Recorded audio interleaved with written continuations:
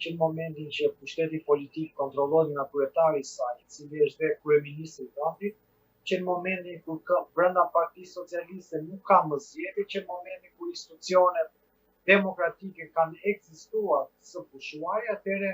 nuk mundet të pretendojmë që ka garë brenda Partisë Socialiste. Në media doli që Edi Rama ju është drejtuar përfaqësuesve të Partisë Socialiste që pa mua do t'jeni zero dhe do t'ishit dhe në opozitë.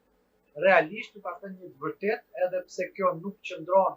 në komunikimin publik, por realisht Partia Socialiste sot, pa Edi Ramën nuk ka asnjë vlerë në sensin e individëve që janë aty që të kenë vokacion politik, të kenë një kostum politik, të cilët mund të mbajnë visupe këtë qeverisje. Prandaj gjithçka lidhet drejt për drejt me Edi Ramën, është ai njeriu si punë e oktapolit që ka lidhur çdo fije interesi në Shqipëri, që nga biznesmenët, që nga grupet e interesit, dhe deri tek nëse ju rikujtohet Skrajen Kroçat na ka treguar se si grupet kriminale vendosnin deputet dhe përfaqësues të Partisë Socialiste. Pra kjo është panorama dhe të pretendojmë dhe nuk mund kërkojmë për garë. Sa do ketë braçja bekimin e Ramës, kjo nuk më takon mua, se unë nuk lexoj as filxhane dhe nuk mund ta parashikoj dot. Por mua më takon të them që pavarësisht se çfarë do ndodhi,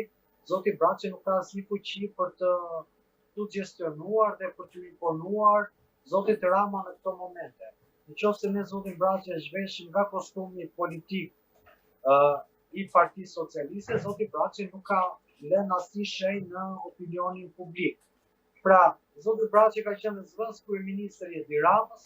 nuk i kemi parë të artikulohet ku ka qenë zvëns kryeministër i zotit Rama për problemet reale që ka Shqipëria, dhe ne nuk dim në terma afatgjata apo në terma politikëtarjes ndonjë vepër të madhe që zoti Braçi të ketë lënë për të mirën e Shqipërisë, qoftë në sektorin ekonomik, në sektorin bujqësor, qoftë në